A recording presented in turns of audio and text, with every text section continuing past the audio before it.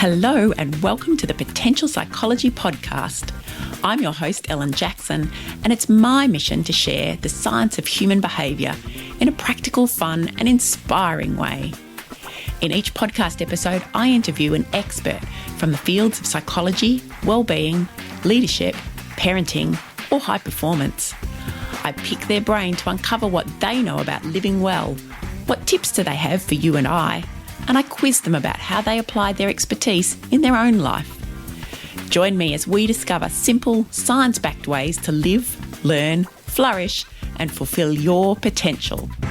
Hello, and welcome back to the Potential Psychology Podcast. I'm Ellen, and I'm so pleased that you're here. I have a ripper interview for you today. For a non-Australian audience, ripper meaning excellent. My guest and I are talking about adaptability. So how do we as human beings adjust when life changes on us? Because it always does, doesn't it? Sometimes in good ways and sometimes in unexpected or challenging ways. And this year, 2020, has been one of those throw everything at you and ask you to adjust and adapt, even more so than perhaps any of us could ever have imagined. And it's interesting because since Andrew, our guest, who I will introduce shortly, and I recorded this interview, I've spoken to a couple of people who, thanks to the changes that life and a global pandemic have thrust upon us, have made the decision to change their lives in even bigger ways. Changes that feel positive and welcome and exciting, but also massive, like bringing retirement plans forward by several years to move to the beach because that's where this particular person has been based while working from home, and she has decided that this is now the life for her rather than spending her week in the city. And closing a thriving bricks and mortar cafe because COVID-19 restrictions forced a pivot to online cake delivery, and that has been so successful for this business owner and has allowed her to spend more time at home with her family doing what she truly loves, which is baking. So she's made the decision to move from the offline to the online, which again is massive for a successful business. So in both of these cases, these changes and choices had been humming along in the background for a while. They weren't just new ideas that came to either of these individuals during COVID. They were what I call one-day plans. But the changes that COVID-19 restrictions thrust upon us meant a change in doing for these individuals, how they were living their lives, how they were running their businesses, how they were working, and then a change in thinking, probably, about those one-day plans, and most likely a change of feeling, and that led to some momentous decisions. And that's what my guest, Professor Andrew Martin, an expert in adaptability, particularly for kids and young adults, but also for us grown-ups, is exploring with me today. How do humans adapt to all of the changes in our lives? Because there's more than just what you might see on the surface. How do we adapt to the challenging changes and the positive changes? What are the underlying processes that are taking place that we may be unaware of, but that when we do become aware of them, we can tweak and shape and mould so that we adapt well, we stay healthy and happy and resilient and confident and perhaps achieve some of those one-day goals.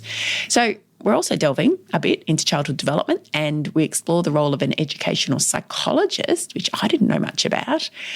All around, it is a great conversation, so let's listen in. With me today is Andrew Martin. Andrew is Scientia Professor, Professor of Educational Psychology and co-chair of the Educational Psychology Research Group in the School of Education at the University of New South Wales. Andrew specialises in motivation, engagement, achievement and quantitative research methods, which was probably the bane of many an undergraduate psychology student's life. For a while there, I remember that. He's also Honorary Research Fellow at the Department of Education at the University of Oxford, Honorary Professor in the School of Education and Social Work at the University of Sydney, Fellow of the American Psychological Association, Fellow of the American Educational Research Association, Fellow of the Academy of Social Sciences in Australia, Fellow of the Australian College of Educational and Developmental Psychologists. The list goes on and on. Andrew is here to talk to us today about adaptability and how we deal with change and transition. Welcome, Andrew. Yeah, thanks very much, Ellen. It's great to have you here. This is a topic that I feel is particularly pertinent at the moment, as many of us we've faced a series of transitions of late over the last 12 weeks or so, as we were just discussing off air in relation to the COVID-19 pandemic and the impact that that's had on our lives and lifestyles. And now I feel we're facing another series of changes, as perhaps certainly here in Australia and our region, life starts to resume something akin to normal, or perhaps, as many of people are calling it, a new normal. So I'm keen to learn a little bit more about how we do adapt to change as human beings. Before I get into that, though, you are an educational psychologist and many of our listeners are parents. So can you tell us a little bit about how you came to specialise in that field, and what is educational psychology? That's a really good question, and it's actually a question that a lot of psychologists will ask, because educational psychology is not often in schools or faculties of psychology. It's usually in schools and faculties of education.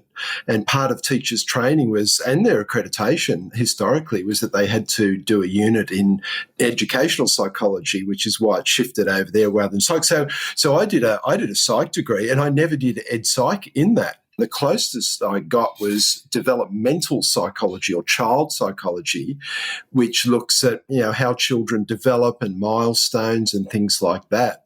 And so I didn't hit educational psychology until after my psych degree, I did a master's in education, because I was starting to do some research and so on in education. I thought, look, I better learn a bit about education to work in this faculty of education that I was working in. So I did this master's of education, and I did this subject called educational psychology.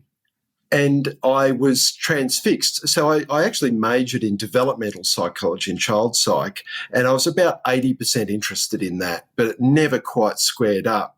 When I did ed psych in my Masters of Education, it told the story of Andrew as a school student. So I'm sort of glad, and I'm embarrassed you read all that stuff out, but in year 10, I remember parent-teacher night, and the year master was surprised I had any intention to go on to year 11. Not because I was a bad boy or a naughty boy or anything. I just couldn't give a stuff about school. I wasn't interested. I was doing no work. I just wanted to have a whole lot of fun, which is not irrational, I hasten to add. It's very rational at the ripe old age of 15. And, I was lucky. I was in a good family, good school. My parents came home and read me the riot act, and being a compliant middle-class Catholic boy, I took that to heart. And so I slowly climbed back, and here I am. But this course in educational psychology explained that year 10 boy. It was always a bit of a mystery. What happened to me? And so educational psychology, long story short, is the study of the factors and processes relevant to human learning. And so it goes through fear of failure, it goes through self-management, it goes through motivation, it goes through engagement, it goes through different strategies of learning and teaching. And it told the story of me. And so then I stayed in education. I did a PhD in educational psychology, and I've stuck with it ever since, because it's me. But that's what ed psych is, the factors and processes implicated in learning, ranging from motivation, engagement, through to achievement and performance and so on. And so that's ed psych. Which is fascinating to me as a workplace psychologist, because in my mind, and as you say, I hadn't never really thought about that, but, I went through an undergraduate psychology degree, a master's degree in psychology. Never at any point did I cover anything that would have been educational psychology as you've just described it. And yet probably the closest was my master's degree, which is in coaching psychology at the University of Sydney, where we did a lot, because it was kind of around motivation, achievement, adult learning. So we probably touched on some overlapping factors. But of course, all of what you've just described, that study of the factors and processes relevant to human learning, doesn't stop at the end of school, does it? Not at all. And so we do continue to learn. So ed psychs will be researching young adults at TAFE and university. They're looking at lifelong learning. However, the bulk of it will be focused on primary school and high school, largely because we find a lot of that is not only a desirable end in itself, but you get things right in those days and looking at all those learning factors and processes, and it does set you up for later years. That makes perfect sense. Now you've got me interested in learning more about educational psychology. That's my love of learning coming out there as well. There are so many questions I could ask you, and I suspect some of those bits and pieces will come out over the course of our conversation. But today I'm really interested because I came across an article that you wrote for, it is our psychologist professional magazine, so in Psych, called Adaptability, a Key Capacity Whose Time Has Come. And as we're facing the current changes or series of changes and the adaptations we're having to make to a whole lot of things, I thought, oh, here's someone I can talk to about this notion of adaptability. What is it and why is it important, particularly now? So can we start with what is adaptability from a psychological point of view? I mentioned one of the factors in my previous answer. It's the words self-regulation and self-management. So your ability to adjust when you need to, the ability to manage yourself and manage your time and manage your behaviour. And increasingly, as I head into my mid-50s, I'm actually finding the hallmark, or one of the key hallmarks of a functioning adult, is the capacity for self-control, self-regulation, and so on. And so I'd always been interested in that idea. On another channel, for the last 2-3 decades, there's been a lot of focus on resilience. And so your ability to deal with adversity and setback, and fair enough. But there's another aspect, not just adversity, that us humans need to deal with. These factors relate to uncertainty, variability, transition, novelty, and change. And these aren't necessarily adversities. There's something else. And yet I hadn't seen much research or study into that. And so we started firing up this idea around adaptability. And we started investigating that alongside resilience. And so adaptability is the capacity to regulate or adjust in the face of change, novelty, transition, variability, and so on. And so we went further, in fact, and we identified, there's 3 aspects of adaptability.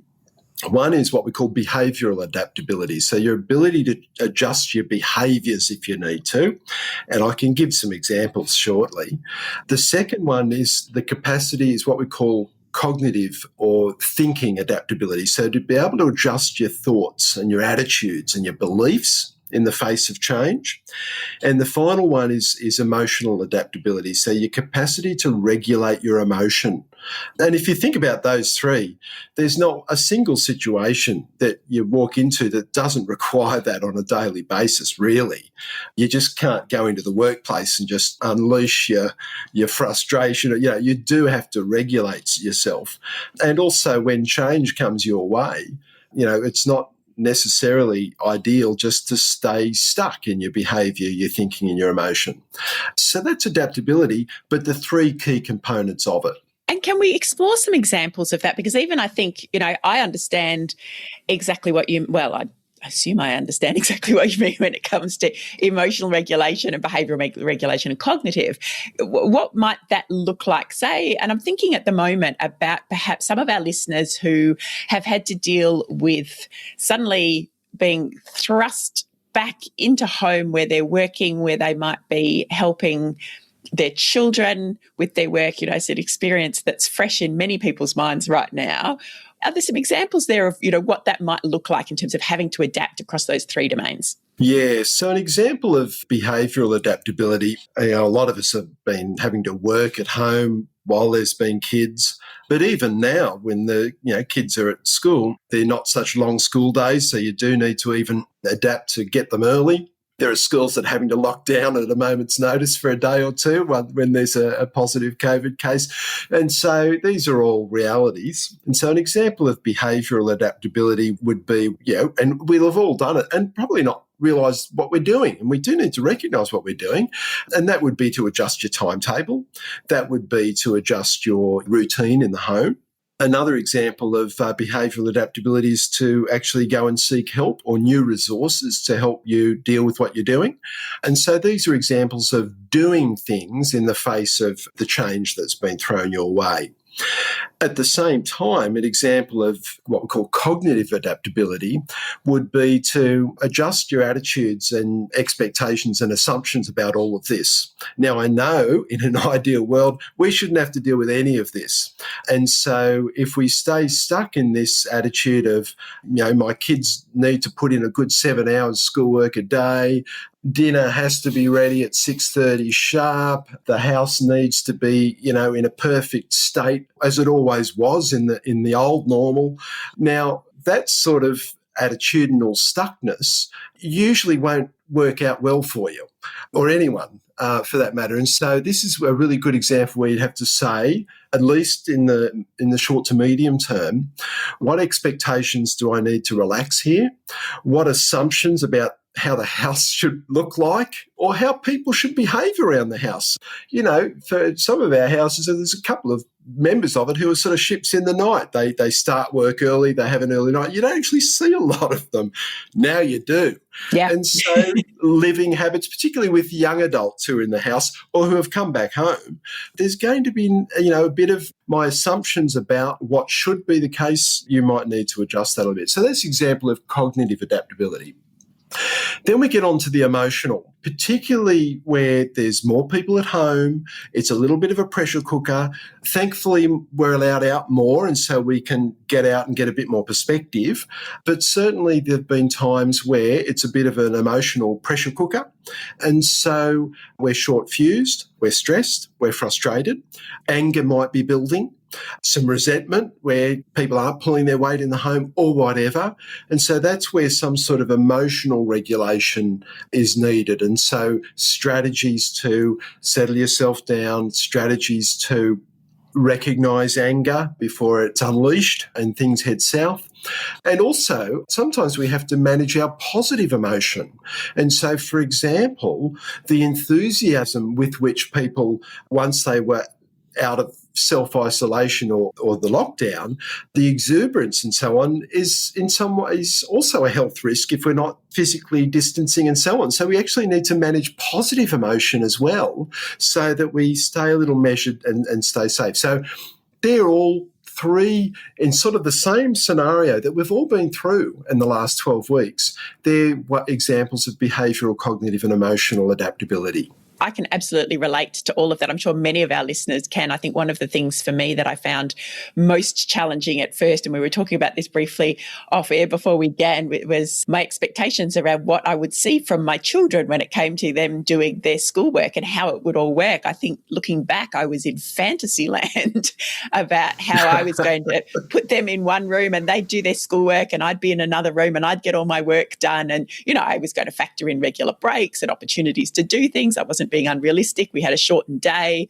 but I really expected them to be far more capable, probably, and I think of the emotional regulation than they were, but also just all of those facets of self-regulation. I had my oldest one really upset. He just found that whole shift, I think, from being busy with basketball, excited about the football season starting, grade 6, he had responsibilities at school, and probably for him, although I'm not sure he was able to articulate it at this stage, all of those expectations of what things were going to look like, and then suddenly they weren't. And then my expectations overlaid of their ability to sit and work and for me to be able to get my work done. And it did result in, as you say, that pressure cooker. There was a lot of emotion from all of us, a lot of frustration on my part, frustration on my eldest part. The youngest just fell apart. And I feel like we should have been, and maybe we were well equipped to deal with that. Mum's a psychologist. We should have been able to do all of that. And yet it was such a learning experience for me as well. Andrew, I guess we've talked about perhaps what we need to do or what we might be able to do as adults in terms of those regulations. What is it in terms of kids and their adaptability? I mean, are these skills that we learn over time? Is there individual difference? Are some people just better at it naturally than others? What does it look like as we're developing those skills? Yeah. And you were sort of touching on that as you were talking about your own situation. And in fact, as you were talking, I was reflecting on mine. And so my youngest is in year 12. And so, in most parts of the world, that final year, they're, heading into quite stressful and intense assessments. And so he's fairly serious. And so he was getting frustrated because the transition to online and remote learning. So we've got to understand from the kids' perspective on this one, and I've written about this elsewhere, that was the largest educational experiment ever conducted.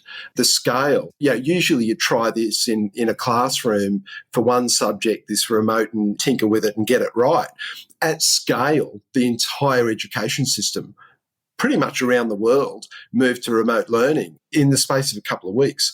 And so there were a lot of teething problems for schools and teachers who also had to go on that journey, which wasn't a journey, it was a 100-metre dash. It was, wasn't it? And so schools were ironing out these bugs, and so students were frustrated with that as well, a lot of uncertainty. And I suspect your kids were picking up on that also, because teachers were really struggling themselves. And so often the students look to the teachers for a sense of, surely they must know what's going on. And for a little while there, even the teachers were struggling. But to teachers' credit, certainly in Australia, they seriously invested over the school holidays and all that and settled things down. So I think kids were better placed on the other side of that, but not all kids, I hasten to add. So with kids, it's an interesting question. So first of all, the big question is, maybe someone's just born adaptable and maybe you just sort of stuck with that. That's why I like, and our research group really likes, this three-pronged aspect to adaptability. So when you break it down in terms of behavioural adaptability, no one's stuck with a lack of capacity to go and ask for help or to adjust ways they do things. It's easier for some and harder for some, absolutely. But when we boil it down to those three key components, you can actually change the way you think about a situation.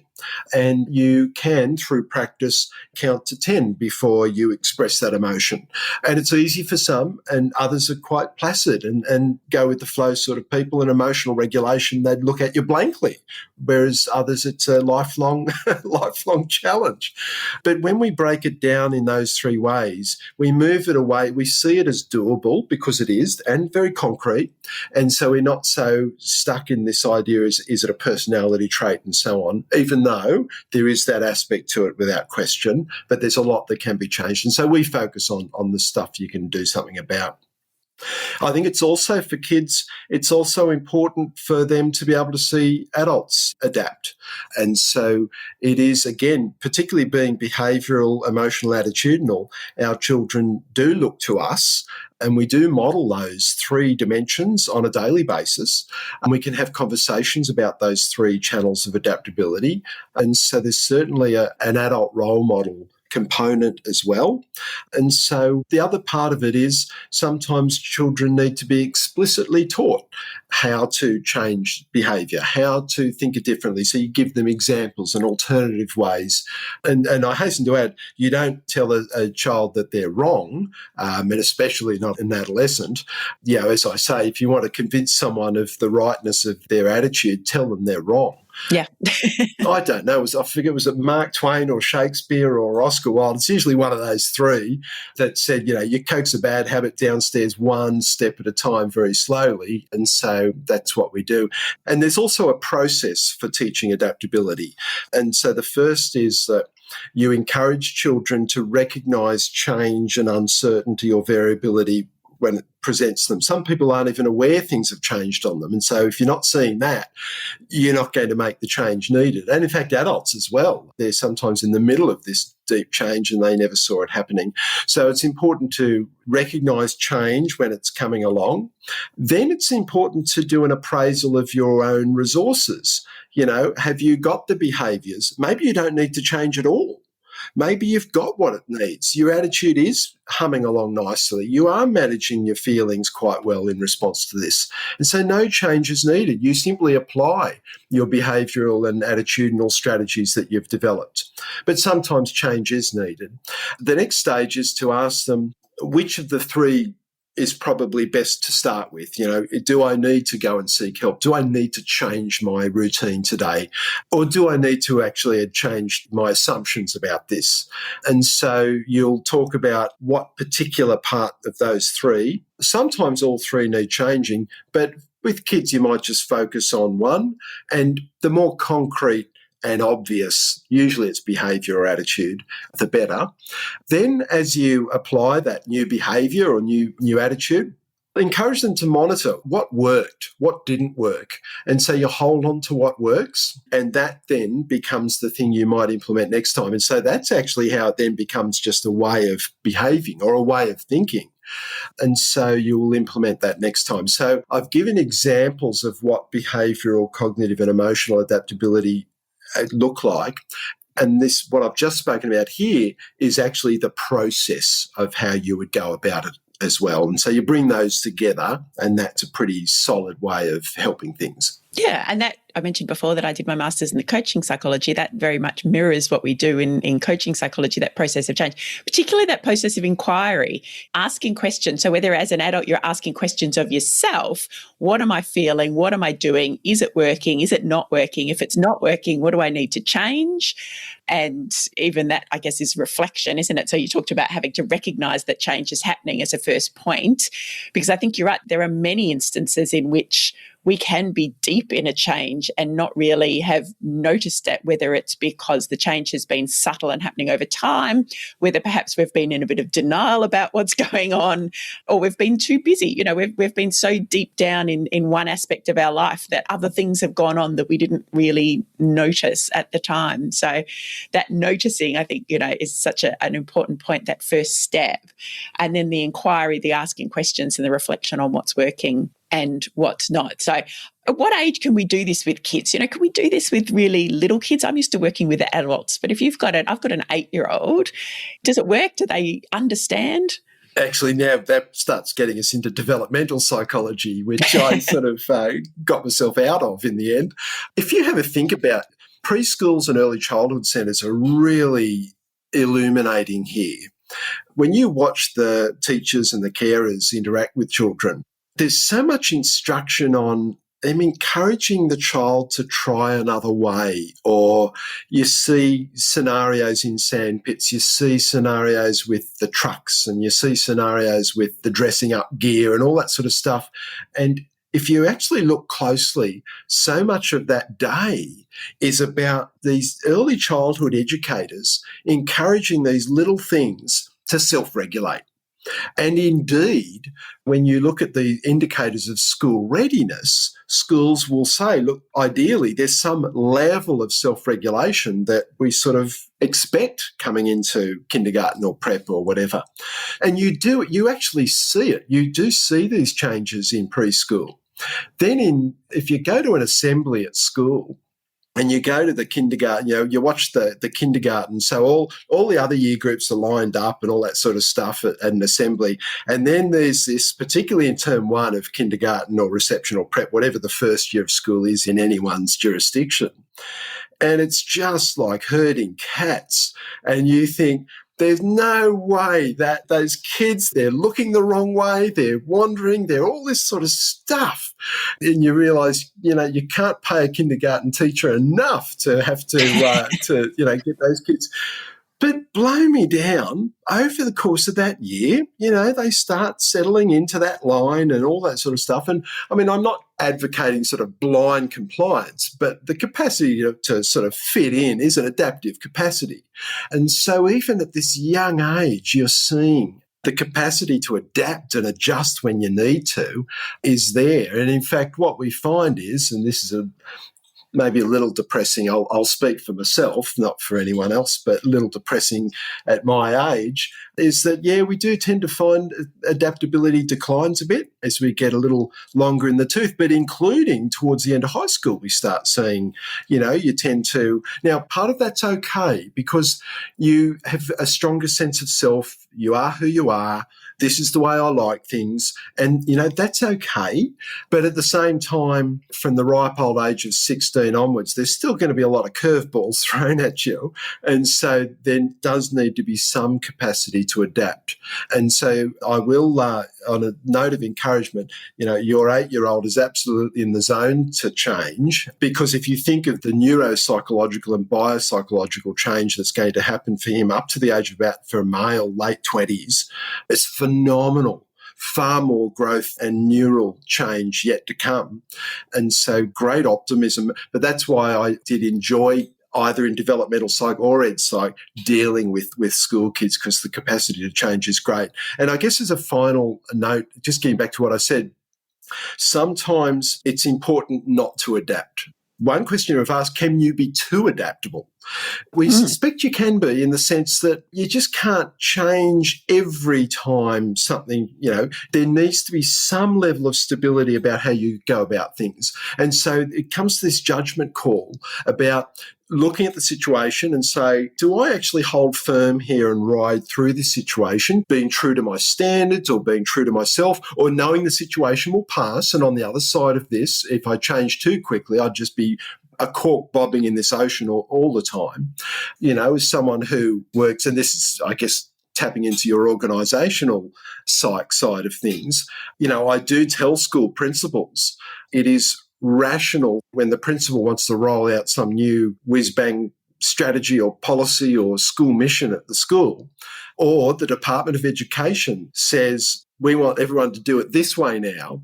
It's a rational response for a worker to say to themselves, how much of what I am already doing can I just keep doing? And because I'm limited on time, there's likely to be a new policy next year, or a new principle, whatever. And it actually is a rational first question to say, is what I'm doing okay? Because if we changed every time there was a new boss or a new policy, we'd be flip-flopping on a yearly basis. And so, yet sometimes there are very good policies and good leaders who really say this change is worth it. And so it's an interesting space, I guess, is what I'm saying, between having that wisdom to know when to adapt, having that wisdom to know when to hold firm for various sensible reasons. As you were speaking, it occurred to me that this process of understanding ourselves and knowing when to adapt and when not to adapt might be particularly pertinent to teens and adolescents, getting to that point where there's peer group pressure and other factors that might be calling on them to change, but they need to make the decision whether that's the right thing to do or not. Yeah, and so a major developmental task in adolescence is to get a sense of who you are and who you're not. And one way to find that out is to see where the boundaries are and the boundary conditions. And so that's why they will rebel and resist parents and authority or teachers and so on. That's how you get to know the outer limits of where you are and what you're comfortable with and what's appropriate and what's not appropriate. The other part of understanding yourself is to, I guess, put on different hats, and that will involve different behaviours and different attitudes, and also expression of emotions in different ways. And so as a child, you might have been restrained because, that's naughty or you don't do that, whereas an adolescent, it actually starts becoming, well, why can't I? And so it is a form of adaptability in the sense that you're adapting different behaviours, attitudes and emotions as you're trying different hats on and interacting with different people, finding out who are my people, who do I resonate with, who accept me. And so that's a developmental task, perfectly normal. And I believe to the extent that your adolescents are able to do that in a safe way, they are more likely to come out the other side knowing better who they are and having resolved those developmental tasks that they need to at that age. Where the limits are for me as an adult, for example, is where that becomes unsafe. And so the other aspects of change are risk-taking, and risk-taking is a part of adolescence and early adulthood as well. And that's where as adults, it's important to monitor the extent to which there's behavioural and attitudinal change, understand where it may be moving into harmful territory in terms of problematic emotions that might need some resolution with a psychologist or whatever, or behaviours that parents are, they are still minors and parents are still responsible, that parents need to step in and say, look, that's too much adaptability for what's good for you and so on. So there's these interesting developmental tasks at that time where adaptability is a part of it. Yeah, so we've sort of talked across the spectrum there, the little kids who are kind of learning it. And it was interesting what you said about that first year of school. I know when I was talking to one of the teachers at my son's school about that, she said, when they start out, they're constantly asking, when do we get to eat? When do we get to eat? It was sort of like they've arrived at school and it's 9:15 and they're like, is it time to eat yet? Seems to be one of those things that part of that learning is, regulating your well, whether it's appetite or whether your use of food as a prop, whatever it might be that's going on for them. And then seeing them, because they do. I think about our school assembly and they all understand. And I guess too, whether there's an element of that modelling in there as well for them, that they start to realise that all the other kids are sitting and they're being quiet and they're paying attention, and all those steps you go through, stand up to sing the national anthem, and I guess that's surrounding them and they're learning that way too. And it's not uncommon to come home after that first day at school where a child will say, oh, anyway, I've done that. It was okay, but that'll be it for me. And you have to say, look, I've got to share some bad news with you. You've got another 13 years of this. I say that to my kids on a regular basis when they complain, I don't want to go to school. I'm like, I'm sorry, but get used to it. It's life for the next however many years, quite a few yet to go. Andrew, I'm interested. You talked right at the beginning about how a lot of work has been put into understanding resilience, so how children, but also adults, adapt when things are difficult, when there's adversity, how we deal and cope with that. And this is sort of a different flavour. This is more the everyday adaptability to all of the changes, good and bad, that come our way. How does this link to well-being? Yes, and so our research program has looked at the link between adaptability and two big areas of well-being. One is what we call academic well-being, and the other is personal well-being. And actually, we've also looked at workplace well-being. We've studied this in the workplace as well. And so what we find is that students who are more adaptable, that can regulate themselves when change and uncertainty hits, we find that over time they tend to be more motivated in their schoolwork, they tend to be more engaged, they tend to persist longer, they tend to participate more in class. When we look at their personal well-being outcomes, we tend to find that they are higher in what we call life satisfaction. They have a greater sense of meaning and purpose. In the workplace, we find that adaptable employees tend to have higher levels of job satisfaction. They have higher levels of what we call work self-concept, so they're more confident, in their job. And we've also looked at adaptability of teachers and found that it connects ultimately to their student outcomes. And so there's actually quite a knock-on effect there between teachers and students. And we've looked at adaptability in a couple of other interesting areas. One was we did a study of willingness and responsiveness to climate change, for example. So one thing that, if we're to tackle the realities of climate change and so on, is we're going to have to make some changes ourselves in our behaviours and our attitudes and so on. So we found with the study of adolescents, we found that those who were more adaptable were also more likely to be taking action to recycle, to talk to others about climate change. And so it was interesting that even that adaptability was starting to link to other aspects of global changes. It was interesting, even at the micro level, kids' adaptability seemed to be playing out there. So we do have some really good evidence on the upside of being able to adapt when things change on you. And it's exciting that, as you say, if you've been able to pull out these kind of three elements, these three streams, it's exciting that we're looking at, or you're looking at, how we teach the skills around those sorts of things. I can see as you pull it out to say, if it is behavioural, then it is about what can I do. If it's cognitive, how can I think? And then if it's emotional, how do I manage that emotion, which are all skills that can be taught, probably are not taught as much as we'd like them to be. I hope that you're seeing changes in that in our educational system. They certainly weren't conversations that were being had when I went through primary school. No. And in that social emotional space, schools have come a long way. And, there's more way to go yet, but they've come a long way. The idea of, enjoying school or coping or resilience, there would have been foreign concepts and terminology when I was a kid. And those were the times. And I remember I asked my mum a few years ago, I said, when in primary school, did I enjoy school? And she said, I wouldn't have a clue. You just went. And it's true, those were the times. There are a lot better conversations being had these days.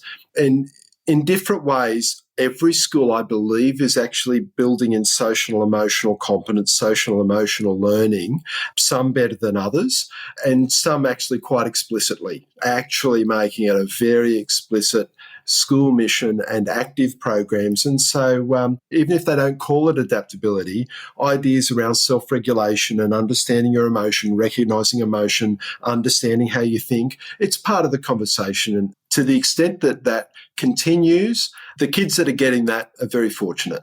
That strikes all the right chords in me as a psychologist working in workplaces and largely with adults. Is that a lot of what I end up doing is teaching what I'm passionate about, teaching psychological literacy, just having those understandings about how we work, why we do what we do, how we manage the feelings that we have, how do we even come to notice the feelings that we have, because for many of us adults, because we weren't perhaps privy to those conversations, that wasn't happening as children, we're sort of suddenly to discover, possibly when things go wrong or get more challenging, why do I just lose the plot when I get stressed, or when things change and suddenly I'm shouting at everybody, or, why does that happen? And because we don't necessarily have that level of awareness. What excites you about that, I suppose? Why do you feel that it's important for us to shift our focus from just dealing with things when they go wrong to starting to build in some of this capacity like adaptability so that we're better set up for the future, I guess? Yeah, and you put it well. You're now getting into that really important distinction, almost where we began with our research into adaptability, about understanding the difference between adversity and setback on the one hand, and change and novelty and variability on the other. Because not all change is adverse. Not all new things are adverse or difficult or setbacks, but they must be navigated because life is change. I mean, that idea goes back, as far as the Buddha and Lao Tzu, and then into the 20th century of, Viktor Frankl, and then in the 1980s, M. Scott Peck, and then today we're researching adaptability, which is the same theme all through. And so it's our view that, first of all, they are different things. So a capacity to adapt is not necessarily all that you need for adversity. And also resilience is actually not all that you need to be able to adapt to change. They're actually different constructs we've found, and our research is clear on that. But sometimes change is adverse, and that's where the two come together again. The focus on resilience for decades has been absolutely right and spot on, because dealing with adversity is just so important. But one nagging thing that was nagging at us as researchers was, in some ways, that was almost a wait to fail model. And so it's the idea of, having the ambulance at the bottom of the cliff instead of, a fence at the top of the cliff, for example. And so we were concerned, I don't want to call it a deficit model per se, because it's a very good construct, resilience, but we felt that it was a little more of a reactive and on the back foot idea. Whereas the idea around adapting before things got difficult, being able to change, we saw that much more in the flourishing territory rather than the coping, get by territory. And so our view was that if your adaptability might help you stay ahead of the curve a little, because often many of the problems begin when you haven't dealt with that change well. And so initially resilience wasn't needed, but if you don't adapt, it probably will be at that point. And so our view is that it'd be much nicer to flourish ahead of the curve than just simply get by when adversity hits, if that makes sense. It makes perfect sense to me. It's certainly something that we talk a lot about here on the podcast, because it is one of my passions of mine, having a kind of a positive psychology background. What are the skills that we need to be able to thrive and flourish so that we have them in our toolkit when it comes to those difficult times? If we already know a little bit about who we are, how we manage ourselves, how we manage our emotions, how we can act to adapt in this case, then we have those on board when the inevitable happens, which is, as you say, there will always be adversity, there will always be difficulty.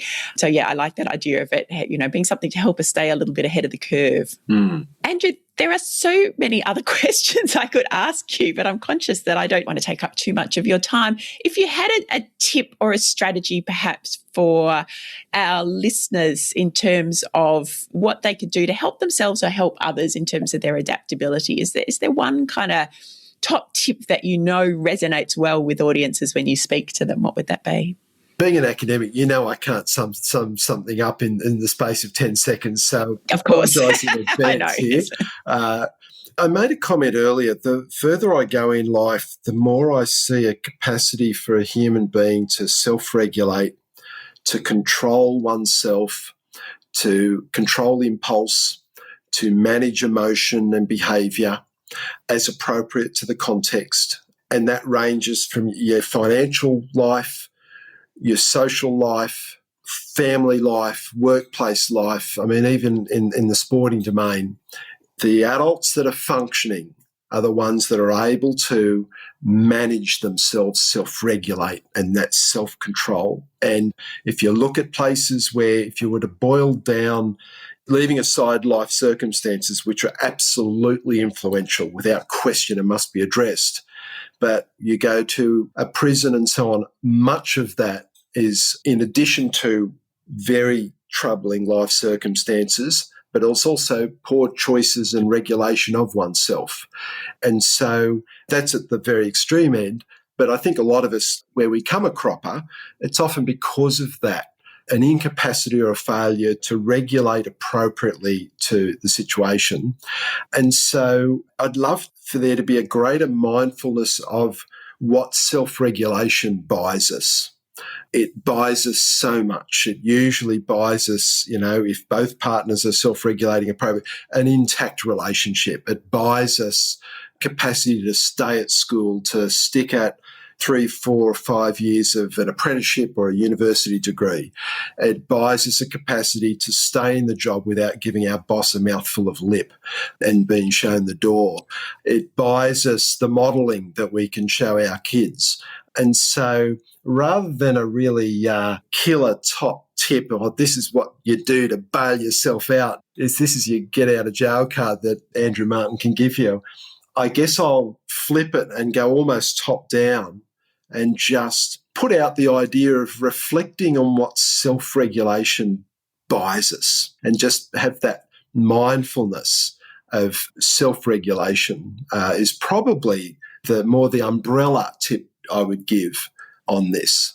And I think that is the perfect tip or example of a tip for our audience, because I know that they are wonderful thinking people who would like to explore that a little further. So if the tip is to, just understand a little more about self-regulation, what it does for us, and perhaps explore it as a concept, and we will put lots of resources in the show notes so that people can go looking for a little more resources on what it is and how we do it. I'd love to say, so often with these things, I'd love to say, here's the kind of guide for how to be better at self-regulating. But of course, psychological concepts very rarely narrow and discrete like that. They're lovely and complex and, weave in amongst each other. But I'll give our audience some great places to start exploring and get thinking about that, because I know that's what they enjoy doing.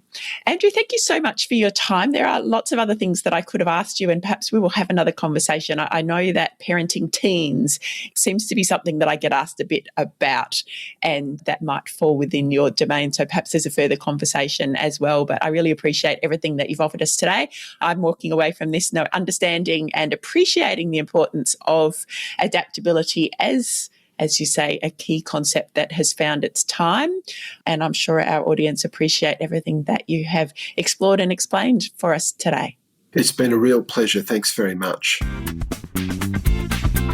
So much good stuff in there from Andrew about adaptability and self-regulation and self-management and all of the processes that help us as humans, whether we're talking about little kids, adolescents or adults, to function well, cope with whatever life throws at us, and really grow, thrive and flourish. So I hope you enjoyed that conversation as much as I did. And if it's got you thinking and wanting to know more, we have put links to Andrew's many books, including How to Help Your Child Fly Through Life, the 20 Big Issues, and How to Motivate Your Child for School, in the show notes. We've also included a link to Andrew's article that I mentioned, Adaptability, a Key Capacity Whose Time Has Come. And if you're interested in learning more about self-regulation, what is it, why is it important, and how do we get better at it, there are some great resources in the show notes for you too. That's all at potential.com.au/podcast. The Potential Psychology Self-Care Club is now in its 9th week. You might have heard me speaking about this in our previous episodes. Last week, we explored hope and how we can create hope to boost our motivation and achieve our goals, as well as just to feel better about the world and our role in it. And this week, we're talking about mindfulness as a self-care tool and how we can incorporate it and its benefits into our everyday moments without having to sit down and meditate. So the Self-Care Club is an online program. It is available to join at any time. The content from past weeks is there waiting for you, and you can delve into what we've covered already, or you can pick things up from where we're at now and join the wonderfully smart, fun and supportive people who are making the club such a helpful, thoughtful place to be for me as much as anyone else. I am thoroughly enjoying it, and I know that our members are too, and finding it beneficial because they tell me so. So if you'd like to learn more, click on the link in the show notes or head over to potential.com.au. Finally, if you're enjoying the show and you'd like to support us further, please say hi and leave a review on Apple Podcasts. Each review helps others to find the podcast, and together we can spread the word about our guests, positive psychology, and how to live a thriving, happy life. I will be back with another new episode and interview in a few weeks' time. In the meantime, thank you for being here. Thank you for listening. Keep thriving, and I will see you soon.